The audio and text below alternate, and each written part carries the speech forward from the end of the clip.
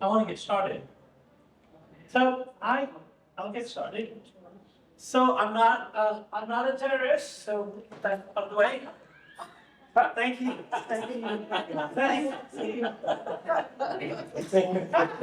Well, you're laughing a little too much. We'll be here all weekend, right? Yeah.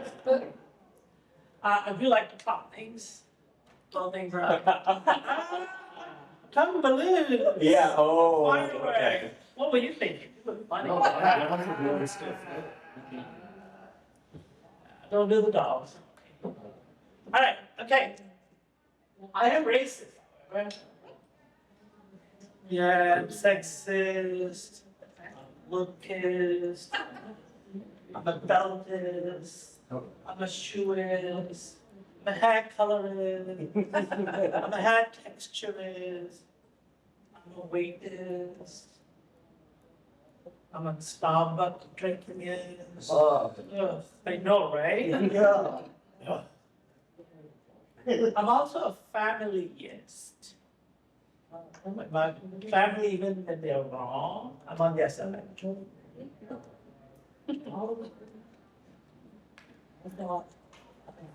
I see some nods and funny faces, like, yeah. We all are. Every one of us is. But of course, in the liberal crowd, if you call it racist, you can get bent up, right? But the truth is, every one of us is. As long as the concept of race exists, we're all racists. You're in the soup. We're all in the soup. I'm in the soup. In fact, I teach college, so one of the few things I tell my folks to do, I feel like, thank you. So if I claim it, I'm less likely to act on it. In fact, if I tell my students, I promise you, I'll say something that's racist, sexist, lookist, smellist, name it. I'll say, if you catch me and tell me gently, 1 point, which amount of time? Really? Yeah. Because when I say beautiful, it's a woman. Not true, everybody. Right?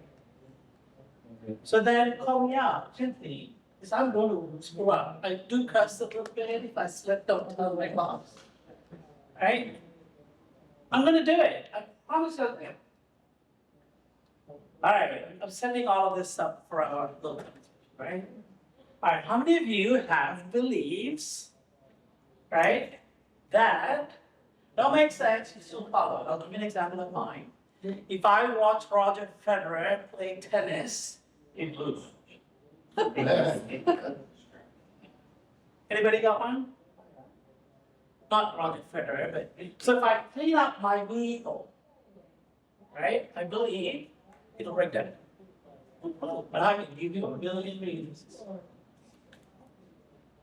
Anybody is without one? We all have one. Anybody that you don't have one? I do. Ah, you do. Ah, well. If I enjoy the moment, the universe is going to kick me in the balls. That goes back to some other. I want to talk about it later. Because I read it. Since you laughed and you're holding his hands, I would say, because you'll be okay. So children who grow up with adult alcoholic parents, so that you never know when they break up. So it's a safety mechanism, not to get too happy. Because then you're gonna see that the mom come in with his thing. So you learn to not trust the emotion. Just be prepared for the bad. See what she said? And when I read that, I cried, because I wouldn't trust friendships. People really hyped me and my yeah. And then somebody said, you need to read this book. That's oh my God. Anybody here with no such crazy beliefs? Not you? No. You all have one. You don't? I really don't think that. I mean, I'm happy to be picked apart. But I come from a place where I believe that could accidentally drop keys in the snow and God will help me find that. It's been a lot of timbering since then. So the point for it is this, so Humanism 101 is the title. Right? As humans, we're kind of pretty weird, right? We don't have a good sense of who we are. We just don't. We think we are rational. All of us have fallen in love. We're not that rational. We like to think we are, but we're not. I like to think I am a statistician, I have strange beliefs. Now, I also, like I said, I'm claiming my racism, sexism, right? I do not have blood come out of me once in a while. I see blood, I want to faint. See all the men? Yeah, we don't see blood once in a while. So when we see blood, it means somebody is dying. Yeah, I'll do that. Right? So our experience is different. I like to think, as humans, we don't have a good sense of who we are. We're still struggling, still in the evolutionary process. We're still in that journey. We haven't figured it out. All of us in the process as human, we have about 30 labels. Mom, dad, brother, sister, old friend, cashier, uncle, aunt, and if you go in, teacher, and you can count your own little labels that you have. We have about 30 labels. Of the 30, if you say, 10% is 3 labels, right? We are somewhat attached to. We think we are that label. We're not. We claim it, I use it, I teach college, so I am this, you say Professor Allen. I use it from time to time. Do not call me by my first name, and I tell my students that, right? I use it to my advantage. Don't do. Right? Besides, privilege is blind, right? Privilege is blind. In fact, I don't even call white privilege, I call it majority bias. Majority blindness. Any right-handed people? Yeah? No? You are? Left-handed, yeah? Right-handed people have no meaning starting to do bad things to you. You're really powerful. As right-handed people, that you have scissors, But from the button to zip to the faucet to doorknob, it's meant for the right-handed people. When we write this, for the right. We have a very weak understanding of who we are. It's my point I was going to discuss, and then you all will talk a little bit about it. So there's a biological self. If you heard a little bit of the previous conversation, we talked about the biological self. There is a biological self. There is a social self, which one you want to present, right? The one you come here for. And then that 30 labels comes with how we dress. Correct? Our attire is often somewhat decided by whether conscious or not, by our social sciences. All right, we judge people like, oh, she's not here today. Right? Oh, she's done it pretty well. That's too much trouble. Right? We judge people. But my goal is for you to think about what other labels you carry. That's you're close to. The one that somebody else might call you out of. Right? Remember, it was funny to say, I'm not a terrorist. Ask my children to tell you otherwise. Right? Even that label is kind of weird. Right? You get attached to as a humanist, human person, whatever, right? And then we have religious labels, non-religious labels. So I like humanism because it's not atheism. If you slice atheism, it's the label given to us by Christian people. English-speaking religious people call those that we have no theo. Right? I like Ricky Gervais' verbiage on humanism. It doesn't matter whether you have a God or not. Whether you believe in dog or God. or my tree behind the house. Just doesn't matter. But it is a fact, all of us have crazy belief systems. We try not to question it. The reason you want to hold on to your label is that when you talk to someone who's like acting down on you, you're like, yeah, you're just like me. It is easier to be a lot more present with them. That you too have belief systems, right? That I too have illogical belief systems. Totally logical. Then when they tell me Jesus walked on water, it doesn't matter to me. Yeah, sure. What about it?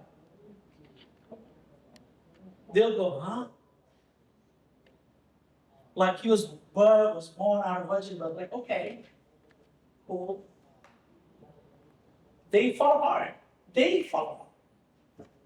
Next slide. Right? Wherever they are, whatever their story is. It's easy for me to be present because I know I've got some story. Like all the and stuff. So it's easier to be present. All right. That's one big piece. To own your shortcomings or whatever it is, right? To own yourself, to know that we have some stuff in ourselves. That even our own pretty reasonable, strong beliefs that we have could be questioned, taken apart, might evolve. In fact, it could evolve. Right? If you don't accept that, then you've like put yourself in a little box. Make sense? It's easier, it's harder to communicate. So that's one piece. The other piece I want to share is intellectual, emotional, social. The emotional part is what I was going to share today, like primary communication. This emotional intelligence. It can be put down, Daniel Goleman wrote books and became famous about it. It's primarily simply the sense that I'm going to make. If you become aware of your own feelings, you're less likely to act on it. Like, give you an example, it's the dog, and I'm mad, let's get out of the way. I kick the dog, okay? If I'm mad, so I'm mad. Stupid dog. Get out. Does that make sense? Right? When they say never shake your baby, it's acknowledging that you're going to feel that. And all of you have held a baby know that. Right? That it is possible you're going to feel that. Right? Become aware of it. Then you're less likely to act on it. So I've developed a list. I didn't bring it. You can look me up to find it. So you can find it on the internet. It's basically a long list of words that has emotions here. Alphabetized too. We men know how to grunt at each other to communicate because that's how we communicate, right? Right? Men will, like, if your wife would die, and I would take you for a beer, not say a word to him. You got it. We do this. We literally do this to each other because that's the language we speak. Right? Women have different skill sets. Honey, talk to me. It's a voice. All right. Emotional intelligence is that becoming aware of what you're feeling. And that long list, so it's designed for men actually, but men, they'll mock me and laugh at me. All my faculty meetings, all my classes, everybody has to go through feelings checklist. Right? If you think, oh, it sounds really stupid. I tell you this, the students be pulled over by the police and they've shown up in class. And they need a feelings check. Absolutely do. If they don't tell it out or come out, right? Tell me, what happens to the mom or his mom? They're not present. Right? It's a great place to create that space for them. And not advice, it's just counseling. I don't advise. Don't tell them what to do. Don't tell them get over it. And we all intrinsically have this because when you go to film, do we overhug? Do we outcry? Do we say, hey? We go deep. Nobody taught us how to do this. We all know how to do this. It's intrinsic. That's why I use the word intrinsic. Do you know how to be present? Child that just fell down, Somebody lost a loved one. We have it in us. We don't access it. I have, I guess, almost 30 years of developing it and putting it in the classroom. But it's a very large classroom. We have a list. They make fun of me while you have a Felix check does. Right? And some of them will bring that list. I need you to hear what I'm feeling right now. And then they'll go through it. Thank you. I've done nothing. Absolutely done nothing. Thank you so much. See you later. So emotion is pretty amazing. All right, we have emotions related to all the other 30 labels that I've talked about. Race, gender, right? If you don't process it, you'll still swim in it. I'll give you an example of processing race. You're thinking, what is your race? Now, statistically, there is no race. It's a social construction. We have about 30,000 genes. If it is 100 genes, 5 genes that says, about no structure like that, whatever we think race to be. 5 genes out of 100, that's statistically significant. We actually have 4 genes, and we have 30,000 genes in total. It is so insignificant. I think we fight amongst ourselves because we're just similar. We're looking for differences, not similarities. Even I play around with 5 or 6 languages. So when I listen to the language, I'm not looking for the difference to learn. Like every time you learn language, you look for what's different, right? If you start looking for similarities in the language, it will blow your fucking mind. And then you remember it. Suddenly I'm a genius. No. I'm looking for similarities. To wherever I speak and talk, right? I'm looking for similarities. In a different language, I'm looking for similarities in the language. And the more languages I speak, I find all sorts of connections. The brain makes the connection bigger. Kapish? All right. And then I wanted to say, I shared with you earlier that some of the few things that I do in my classroom, I teach not Humanism 101, I teach statistics. Right? Guess what's the first lesson, first day of class? Everybody gets a piece of paper. This is what they write. Write down what happened to you when you were beginning to think and had something clever. You thought a clever thought. You said it, and somebody rounded it up, belittled you, made you feel bad about it. Ridiculed, right again. I get it. Oh, 2, 3 pages in a way. Every one of us has had it in our lives. That story is so important. Why is that story so important? Now they're able to hear me. Right? The story is not running in your head. Right? What do we call this? What is it? Crazy, right? When the story runs on a piece of paper, you become the narrator. Kapish? You know more the story. You're a teller of the story. People who tell stories tend to live longer. People who write their stories down tend to live longer. For those reasons. All right, let's recap and I'll keep going. What all did I say about being a human? Things and thoughts. What did I say? We have many labels. You have many labels. Yeah. You're not rational, blind common.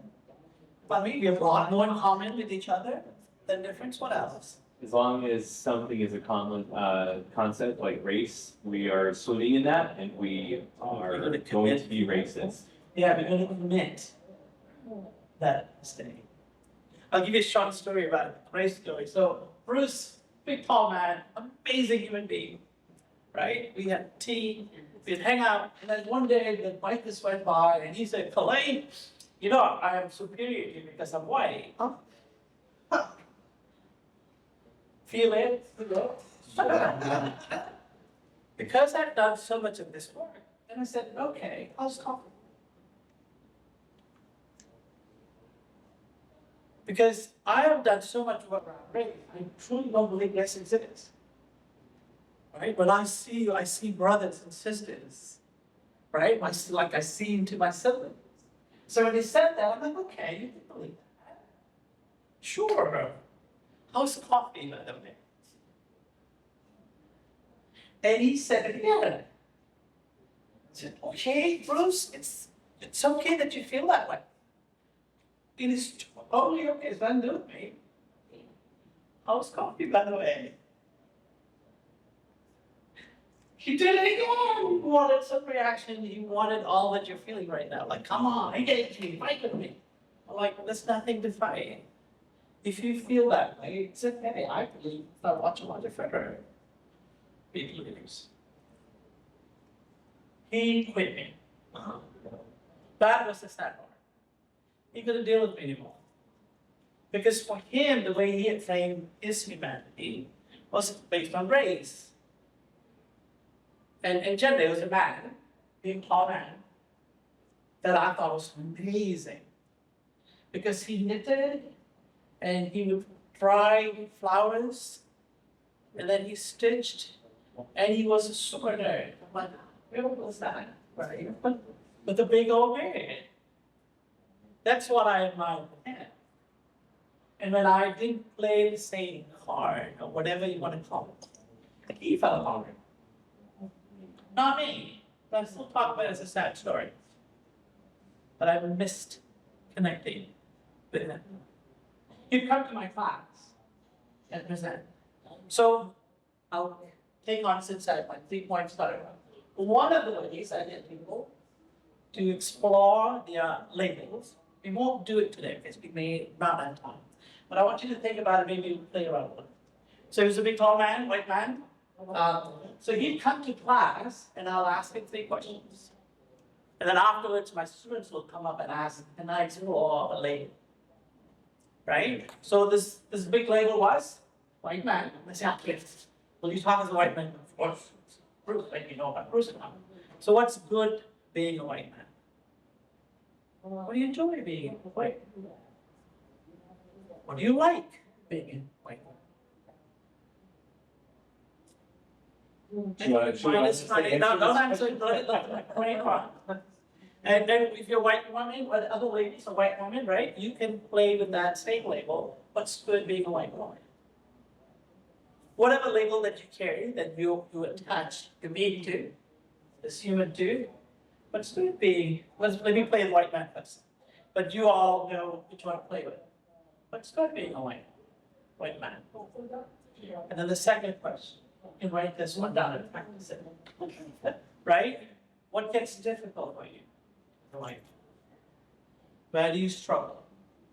Where is it painful? You get silence. That's how it ends. I demo it as an Indian man. I did not grow up in India, but that's the label given to me. I grew up in Malaysia. In fact, I spent more time in Alabama. I'm a closet Alabama. I'm more Alabama than anywhere else. I was 19, I came to Alabama. I'm 60 now. I was in Alabama for almost 30 years. That nuts? Yeah, and I picked up a little accent once. Oh, mama, and they're like, what I'm doing? I'm like, no, I'm here to say, let your heart be. Anyway, let me come back. So, and then there's a third question. What do you wish other people knew what it means to be a white man? It's a great way to unpack the label. You want to do it with 7 points, and each one will have to take 10 minutes. Right? Your brain is running, let it run.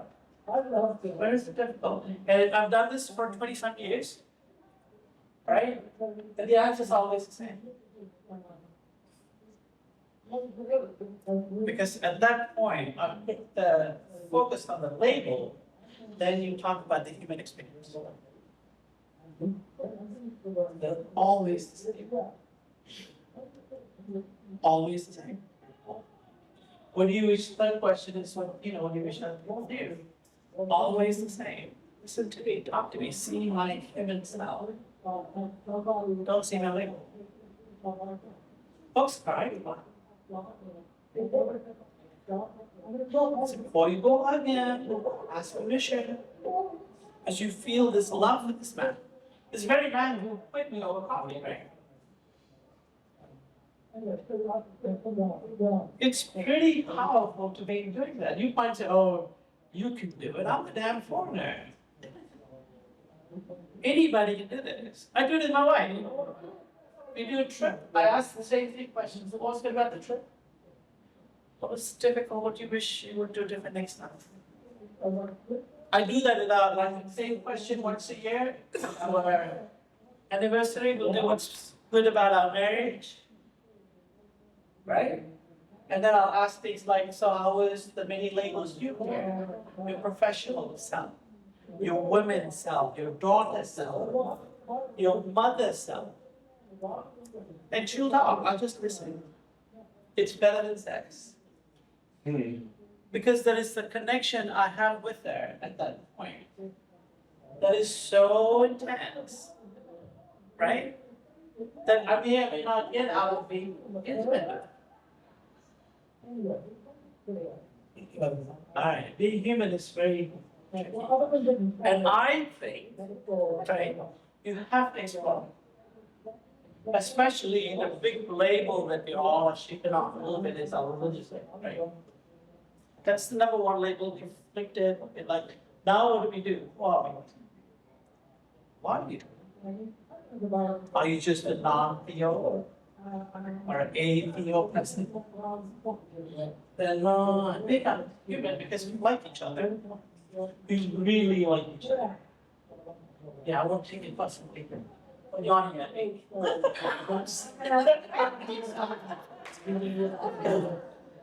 So think about these labels. So you can imagine, you ask me, I do it in class. So the students will come up after that and ask me, hey, I want to, like, whatever that is. Usually it's an LGBTQ community, somebody will come up thinking I'm the same. Right? And you think, oh, what's that? But it's complicated. Right? What do you wish other people know? Same answers. The same answers. Over the years of doing it in Alabama, right? Over the years of doing it, and later on in the years, students will say, nobody responded, but nobody had the raising. I'll say, that's supposed to be.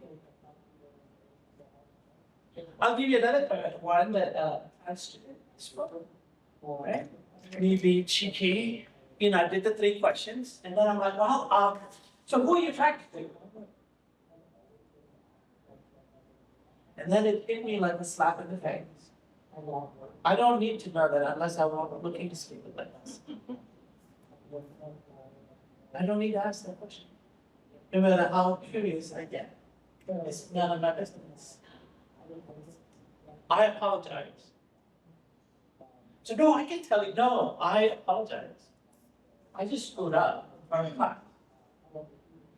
I don't need to know. I need to respect it. If I want to be with you, I should think it. If I want to be with you, I need to do what I need to do to get close. Does that make sense? To be that personal about your own self, being close to each other from that way. But to be able to do that, you're going to have to develop and analyze all the labels we have. Like I said, we have about 30, but 3 or 4 we're pretty attached to. You mess with it, it'll go for a fight. Right? Even if the first one, you think you've shaken it off, like, okay, I'm not religious. Now what are you? You're going to have to answer that question. Else people can rattle you. I think people can rattle you. Then people get into arguments over what's right, what's wrong, whether Jesus walked on water or not. Who the fuck cares? How does it apply to my life? How does it apply to me showing you respect? So when I hold table, Darren has done it with me, he's come to support me. So we set up table as the humanists, and you'll ask, hey, what does dignity mean to you? Someone will give me money. One ran away. I'm not kidding. She's good. She's good. And like, she took off. And if you're thinking in like, oh, that's a cheap question, we all know what dignity means to a dog, or a cat, or a horse. Surely we can spend some time asking that question, what does dignity mean to you? Right? Saint Aretha Franklin spelled it first, right? She spelled it and then she told us what she means by it. Find out what it means to me. If I want to know you, then that's the question I'll ask. What's important to you? What labels are important to you? Why are they important to you? How do you struggle with those labels? What's good about those labels? Who are you behind the labels? And you find human again. But to be able to do that, right, piece that I do in class and stuff like that, is the first thing you have to do to yourself. I encourage you to write it down. To do if you have an apartment set up, whatever that you're in, do it with each other, with a friend. Analyze it like this. Even if you're in a married situation, right? Your relationship has a label attached to it. Analyze it. What does that mean to you? I say write it down for a reason being you don't want it to run around you. This is all, right? Because that person is the same damn story every single time you see that. They don't seem to have another story. They won't write it down because they know the story will go away. They think they have the story. Okay? All right, I'll leave you with one last thought, and then we'll do questions and answers. Okay, the last thought is on forgiveness. Who said me? You did think me. Yes. Forgiveness is intent. Every religion is predicated on forgiveness. Think about it. God will fuck you up, but He's so merciful and forgiving. Forgiveness is super intense. Right? All right. It's all. Jesus said it too. What Jesus said? Forgive them, for they know not what they do. Yeah, right? How do we say that in Alabama? Anybody Alabama?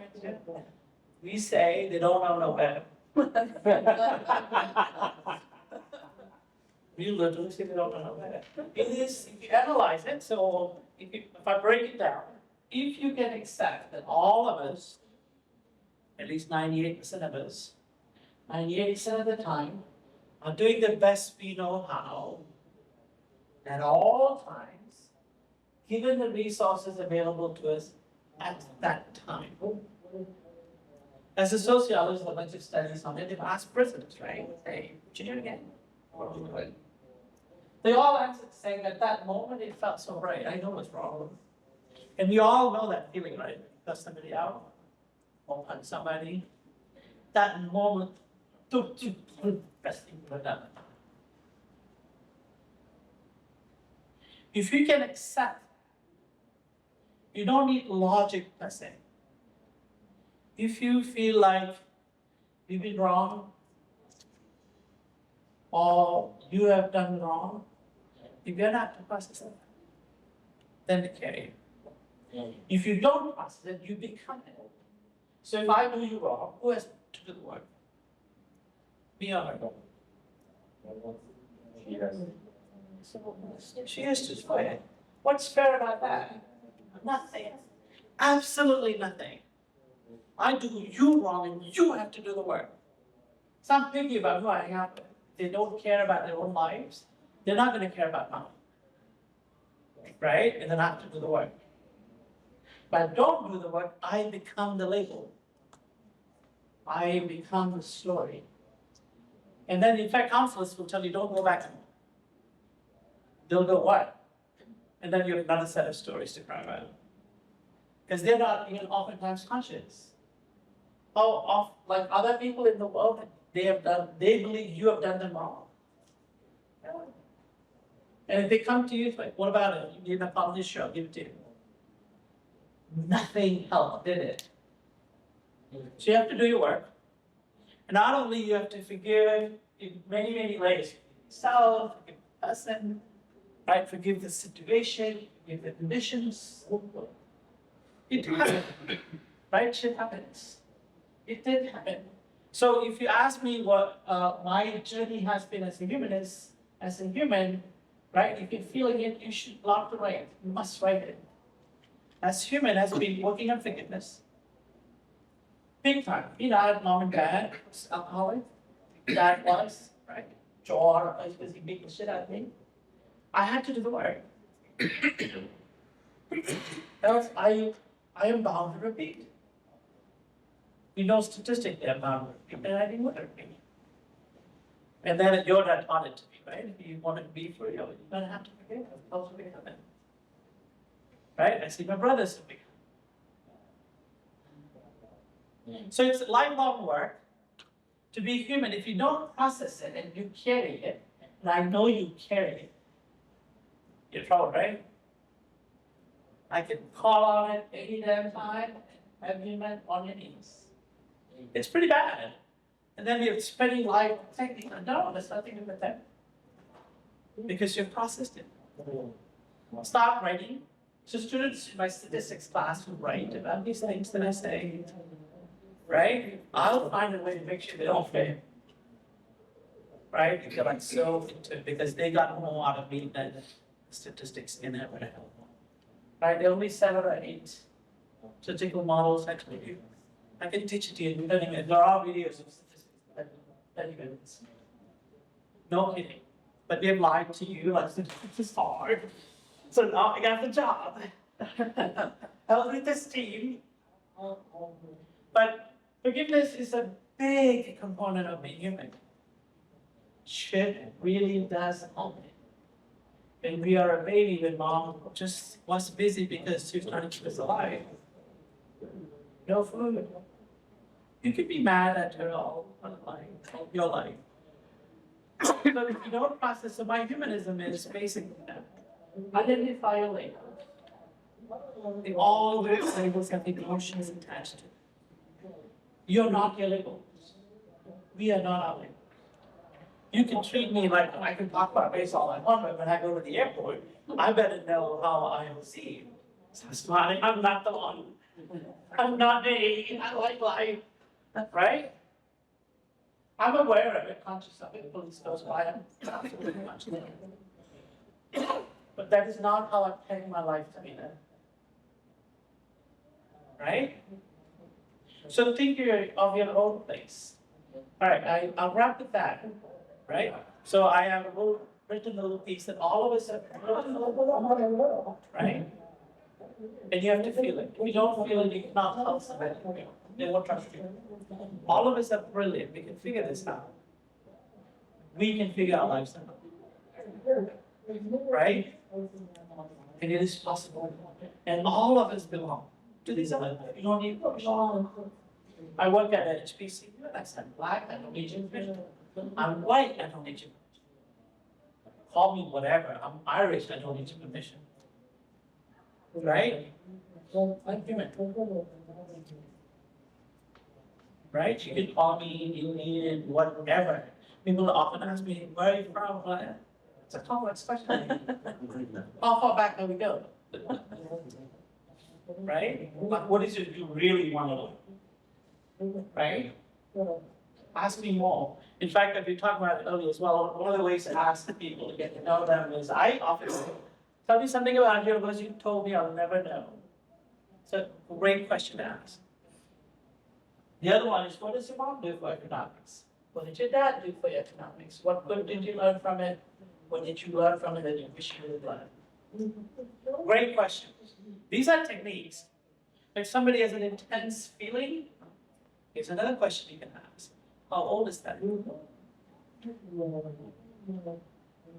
In fact, when you're wrapping up, so somebody asks, when there's a confrontation, what do you do? When emotions come up, what do you do? First thing I was going to tell is like, notice what you're feeling. Then ask the question, how old is that feeling? When did you first learn it? Right? Spend some time on that, not what's triggered it. But go back in time, notice, spend some time listening to it. I'm all the read up Monday nights, talking about this, teaching people how to be present, how to listen like a counselor, don't have to be one. Right? They don't have special knowledge. They just have regular tools. All right, I'll wrap that up. That to hold yourself up, nobody's going to tell you you're beautiful. Nobody's going to tell you you're handsome. If it's going to tell you belong to the earth, you're going to have to claim it. Nobody gets to give you the right. You get to claim it. And when you claim it, sorry, not funny stuff. When you get to claim it, nobody gets to give you permission. I'll wrap and then we'll do the questions, okay? So I was at Alabama school, you know it, I played the guitar a little bit, and then I loved choirs. I mean, Christmas songs, I still do. Right? And let's do Christmas songs. Although, Philip and I will join me, we were doing karaoke like Christmas songs, right? And then folks, it became a hit. Bunch of people came and we had a choir. Right? For all our events, we had a choir. Somebody like Clay, you? Because they know I was not just going cross-hanging, right? They said, are you giving me permission or taking it away? Yeah. That's all I did. He never came around me again. Right? Who is to give you permission? You take it. Who is to tell me I'm the right one to do it? You take it. Be human first. You get to love another human being. Right? Don't need permission. Take it. Of course, I'm 19, 18-year-olds. I said, I'll give you the permission. Go do it. I have got some 80-year-olds in my life to do the same to me. To give me permission to do some of the things that because it's weird. I feel like I need the help, so I get it. I go ask for it. He was like, yep, you can do that, boy. All right, questions and thoughts? Yes, ma'am. Your friend that said he was superior to you. All Bruce. Tall Bruce. What did he want you to say? What did he? I don't know. You don't know? I sincerely don't know. I think I lived in Alabama for 28 years. I sincerely do not know. All I believe he was hoping I would engage and wrestle and fight. I'm like, okay. I also, you know, if that is a weird belief, right? It's a belief. He has a right to have that belief until he acts on it, right? He just had one. Okay. He fell apart because I didn't engage in the paradigm. Yeah. So here's another one. Students ask me, like, what are you talking about? So if you like race and sexism, all these feelings that come up, if the feelings still come up, then you still accept the paradigm. If you let the paradigm go, it won't come up. Okay. Right? Else, if I had made a mistake, you'll be so quick to apologize. It is so quick to apologize, you apologize and fix it right away. Good question. Thank you. So it's a paradigm and it's work to release the paradigm. Because we all live in funky paradigms. Right? Race, gender paradigms, sexuality paradigms, all sorts of paradigms. And the bigger paradigm that we sit in is being able to. Good question. Thank you. Other questions? Thoughts? Yes, ma'am. From a humanist perspective, when you see that something else is trying to take away somebody's permission, how do you handle like in that situation? Nice. So I step and say, hey, what's going on here? You intervene into the space, like I'm into a space, right? So there's EQ, BQ, MQ, and IQ. IQ predicts whether you finish college. That's why there. There's BQ, MQ, and EQ. BQ is physical space. Right? I just stepped into space. She knows it all of you know it. That wild. So I will step into space. Hey, what's going on? I've taught my daughter to do this when two people fighting. The word ouch. In fact, we were talking and you're there knows I'll say ouch. When somebody says this, I would say ouch, that hurts. So if both of you are arguing and I told my daughter to say ouch, they will turn and look because they both hurt. And then one of them, usually the one that's being louder, will say, what's it to you? Just say somebody's hurt and leave the scene. Pretty famous in school now. Right? To come in and say, hey, something. Right? Like, not doing this every single time. Right? Like, don't do it. Like, I teach yoga, fingers mean different and palms mean different. So don't do figures, don't do palms. So there's a BQ whole world about it. Go into that BQ space. Sounds like somebody studying. Right? We don't know the solution. Providing solutions never works until you're asked. Thank you. Other questions, other thoughts?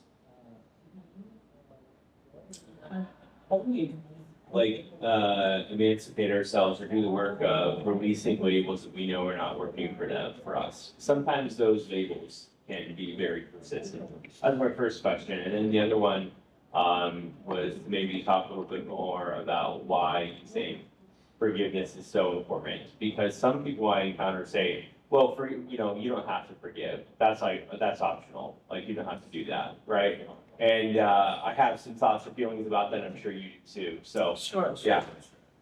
So the attached label, we are attached. You have to own that. We do have attachment to our labels, right? My father, I have a dad, 2 kids. It's a pretty attached label. It's hard to shake it off. Right? Married men get divorced, married women get divorced. It's a rough label. So it's not simple at all. It is work. I think it's a lifelong work. Right? Race, particularly in America, is all about race. It's so hung up on race. It is just like vomiting about race, this, race, that. And it is such a small predictor. It's economics that is the biggest predictor. But we rather talk about race. Because it's easier and it is not accurate. Right? So we won't talk about money. Yeah. People talk about sex a lot quicker than talk about money. It's unfortunate. So I push money. Let's talk about label and attachment to it. The other one. Forgiveness. Why do some people think it's an option? Why do you believe that it's not? So for most of us, in the evolution of this life that we have, in our evolution of being humanistic and in our journey before we die, right? There is this element of right and wrong. Sometimes the story is framed as right and wrong. And once the process happens, the sense of right and wrong doesn't come out.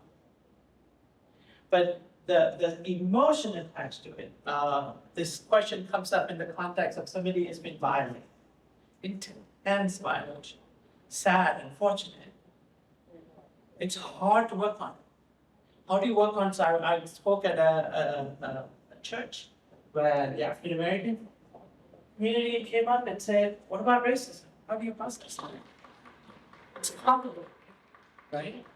So to remain human, I'll give you one thing I did with my uncle friend, right? So I'm telling right. So one girl, she said I was adopted, and I wrote, and these things happening, all the things you said happened to me. And she brings the book to me, slaps it on the table. What are you gonna do about it? I said, watch me. I just let my taste come out. How can humanity be humans that let you down? I am guilty. So I'm human too. When you feel it, I feel it. Just looked at me, cried a little bit, and she went away. Did well. To be that human. To yeah. So one of the few things I do apologies in class to women, all the things men have done, will do, and probably doing it now. As a human, I have the place to apologize, and I am sorry. I want you to be human, too. I'm sorry you took that away. Intense stuff. You can imagine, this is the district's level. You're writing all sorts of things, right? What will it take for you to achieve your own humanity? And this seemed to be there. There are people who don't need it. There are people who are able to this. Right? I think Obama played basketball. So maybe he's able to sit. I needed stories to, and the more I've done, the more I've been able to sit, to own, and apologize. Right? And all those people have been violated sexually. As a human, I am so sorry. This shouldn't happen. Right? Let's be at least own up to the place where I am honest. I'm with you, I know, I'm not pretending. I think that's big. So that's why I think it's important. There are people I've met, the people who just like, they're a whatever or something. Right? Not too many. What's a use in them, especially when I know it's not either. I am incredibly honest about right, wrong, and sensitive. It is wrong to you, whether I believe it or not. If it is wrong to you, I am so sorry. Right? So it's an intense place. I think being human is intense. Right? We like intense emotions. We like our football and baseball and scream and yell and man hug. Right? Pat each other's butts. Right? So we are intense human beings, but let's not fake as well. Let's go to that intensity. Let's process, let's reach our minds again. Right? So what is 2 times 3 and I pinched her, she's going to say, take your hands off me. You know what I'm going to say? Wrong answer! Isn't that what society's like? Stress you out. That's right. If someone wants to touch her, she won't almost say, "Don't you can say." Don't do it. Yeah. So we live in this space, right?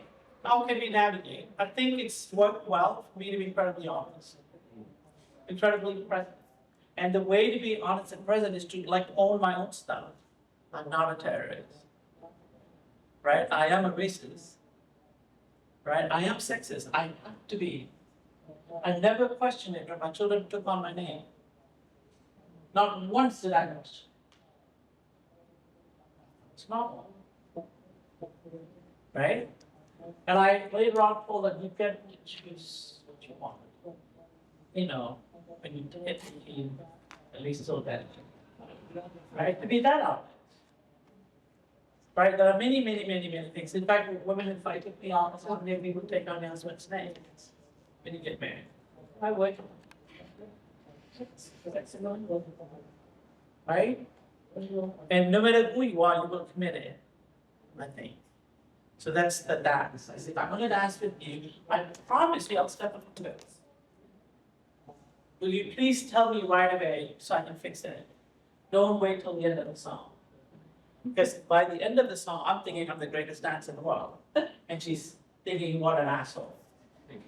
And then my jam comes on, I run back to her. She's like, oh, no, I'm done with you. Right? Not good. How do you even come back to the conversation? So the speed of saying, ouch. I don't even know what it is. I'm feeling ouch. To be able to say that to each other, ouch. I am feeling disrespected. Good question. I usually what not. Have you all heard of the I language? Then you heard of that language. It's a great one, right? To say when I hear my wife use these words, I feel excluded and not wanted. It's different from saying, why are you saying such things? It's it's a little bit of work. The 3 questions I talked about, right? About all the labels that you can explore, and you want to use the word I language. Right? So think about the I language. It's incredibly powerful for communication. I am feeling this way. You're not making me feel this way. It's 2 different things.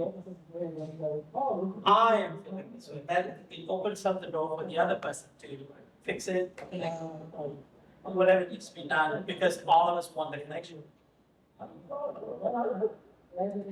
But other questions? Thoughts? I hope you're right, because you don't want to stay here. right for your children, maybe grandchildren, right to have your mind available for others and for yourself. If this is running, then it's hard to be present, right? But the few things that I talked about is saying, out to yourself and out to the earth. I don't even know what it is. Then ask the question, that how old is that? It's a great word, right? Say, hey, it sounds faithful. How old is that? He'll tell you also. And just to not advise, not say anything, just be present. How old is that? So you can imagine, right? My final exams, everybody comes in and all nervous. So no phone, no note, but they get to talk to each other. So it's really intense exams, both my mechanical finalists. And then some will, you see some will just fall off like, who told you you're not smart? Did you ever? Right? They'll cry, and usually they're the best students. They're the ones who keep go on and start doing research and statistics. Other thoughts, questions? I have one more thought I can share. It's not so emotional. All right. Any questions, thoughts? I'll share the other one that I was thinking I should talk about. It might open it up. As a humanist, learn what science means. It is super important to know what science means. I'll tell you what I understand science to be. Science is a method of verification. That's it. There are many levels of methods. Method of verification. I just don't take you for your face value. What was your method? Can I try it too? If I don't agree with the method, then we have a problem. It's not that you're explaining them wrong. You just can't verify it. So in class, I often say, think about if you're in court, if you're a lawyer, you're going to take a case. The judge is going to ask the same question, right? How do you know that? What do we have to substantiate it? Can I also go look at it? That's it, that's science. Right? Don't get it all mumbled up. People love to say, I did my scientific research. No, you did. Okay? What is the method you use? What's that? No science. Rubbish. Yeah, so a lot of the times the street epistemology and all that stuff, people have oftentimes a misunderstanding of what science is. And so get to know what that is. You can Google that and look it up. But get a good feel for what that is. It's a method of verification. And so go through your own self experience. It's not that it didn't happen. And sometimes they also tell you it doesn't matter if it did happen or not. If you feel it, process it. A threat of rape is worse than the rape itself.